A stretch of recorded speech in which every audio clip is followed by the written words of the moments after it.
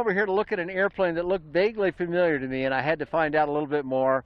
Well, in all honesty, I've seen this at the Aero Show in Germany, in Friedrichshafen, for many years actually. So I'm happy to come and see this airplane in the United States. I'm Dan Johnson, and I'm talking with Jean-Marie Guisset from Belgium. And the company is headquartered in the Czech Republic, however. That's where the building happens, Jean-Marie? Yes, exactly. We produce now 5 aircrafts per month in the Czech Republic. Okay. And the airplane that I thought this might be, Americans know as the Gobosh. This is similar but not the same. It has a common heritage, a common background. Tell me a little bit about that. So the company name was Aveco, and they stopped the production about 5 years ago. And at that moment we bought the rights of it. And in the past it was Aveco, and the plane was VL3 in Europe.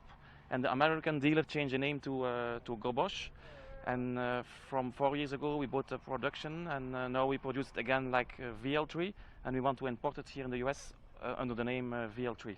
But we modify a lot of things. Okay, so tell me a little bit about what you changed about the airframe, and then we'll kind of look below the wing and see what's different down there.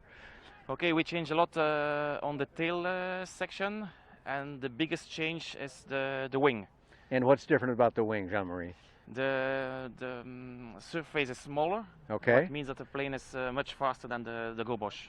And so now we want to look below the wing, and as the camera looks down here just by your leg, we can see that there's not a wheel pant on the wheel, and that's because this is a retractable aircraft. And it also has an in-flight adjustable prop. Is that correct, Jean-Marie? Yeah, like an option. You can have it also like a fixed gear and a fixed prop, but what we want to to sell, it's like this: retractable gear, adjustable propeller, and it's why it's like we sell it in Europe for 95%. In this configuration that Yes. we're looking at here. Okay. Yes. So I understand that you're looking to make a market entry. The name, as he says on his shirt here, JMB Aircraft. This is not a name. They know this quite well in Europe now. You have a very nice display at the Aero Show every year, I know, and other places you go here. So why don't you come on in over on the other side of Jean-Marie here. And Trim Hoff is from Norway, you told me earlier. So how are you going to sell airplanes from Norway into the United States? We will be based here. You will come here, okay. Yeah, we will be based in Orlando area. Maybe Lakeland, maybe Zephyr Hills. We are not 100% sure yet, but within 1 week we will be based there. You have many nice choices here in this state. Absolutely. Many airports will welcome you, so Thank you. it's quite different than you're used to in Europe or in the Scandinavian countries where it's much more compact and space is more valuable to everyone. And here, not so much.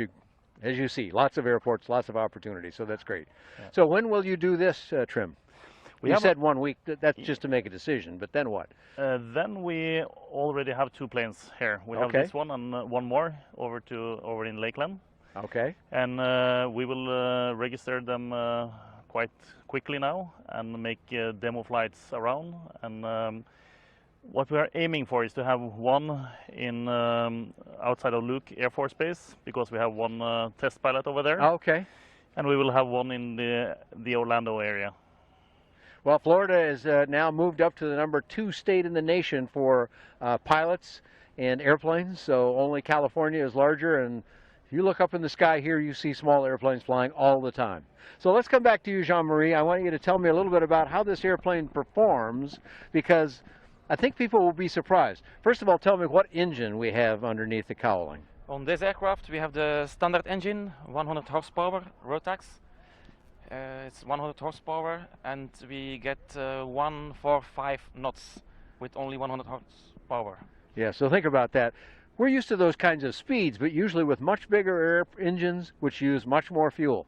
We talked a little bit about the price of fuel. It is much cheaper here, but it's still not free, so it costs money if you spend 20 gallons per hour to fly your airplane around. Here you're only going to spend 5 gallons or so per hour, right? Yeah, it's 5.5 gallon is the maximum cruise speed. It's 145 knots. At top speed then. But if you reduce the speed to 100 knots, you will reduce the consumption to 2.5 gallon. Okay. And then you have an amazing range of 1,300 nautical miles. And how much fuel does the airplane hold? And I see it looks like it's in the wing here, I'm seeing. 32 gallons? Okay. All right, I want to ask you, Trim, a little bit about the concept of how to bring these airplanes into the United States and how to get them built. Now, we talked about, Jean-Marie mentioned build centers, and you talked about establishing a location here. Is that the same place? Not necessarily. We will be located in Florida, so the build center will be in this area, but we will pick the best ones to work with to have the build center, and it doesn't have something to do with our location regarding assembling the plane or flying from, for example, Zephyr or Hills or Lakeland. Yeah. Okay, so you're going to establish yourself at one place, but then go investigate build centers that currently exist and ask them to work with you on this. Is that it? Yeah, that's it. That's it. Okay, that's it. It's a proven system. We do this all the time. Of course, the owner has to be involved. The airplane can come from the factory, is it, like this, with finished, with the paint finished on it? Yes. And so that's part of the quick build kit? this will be 500 hours. So let's kind of review again. You talked about 145 knots, a stall speed of only about 30 knots, you said. 27. 27 knots, that's very slow. And with the retractable gear, now the 145 knots, does that require the in-flight adjustable prop? No, with Okay. the fixed gear you have the same performance, but of course you lose in the takeoff. So if you have big runways, you can buy this aircraft with a fixed prop, and you will have the same speeds. I see, okay. You just set it for cruise speed then? Yeah, I see, exactly. okay. Sure, that makes sense. When will the first aircraft come here that will be built this way? When do you think that will be? We will go to Sun and Fun. I think then we will be really prepared and start to get to sell and to have orders. And we will also organize to make demo flights. You cannot sell an aircraft if you don't make a demo flight. I agree, right? And we will start to fly before Sun and Fun. But then Sun and Fun, I think we will start to sell. And our target is to sell 10 to 15 aircrafts in the first year. Okay, that's realistic, I think. And Sun and Fun is a great show to initiate that. These kinds of events that we're at here at DeLand are very good for demo flying because, well, in a few feet, you're out on the runway and you can go fly and there's almost no wait. So these kinds of shows are important for us too, but Sun and Fun, you'll see lots of people. Yes. About 6 times as many people as you see at Aero, so. Okay. And that's a great show too. I love Aero, but Sun and Fun is a much bigger show, much like Oshkosh or AirVenture. That's huge. All right, well, thanks so much for talking to us, Jean-Marie Gasset and Trim Hoff. Let's get some more information from you about how we find all the other facts. First about JMB Aircraft. Where do we find you on the web?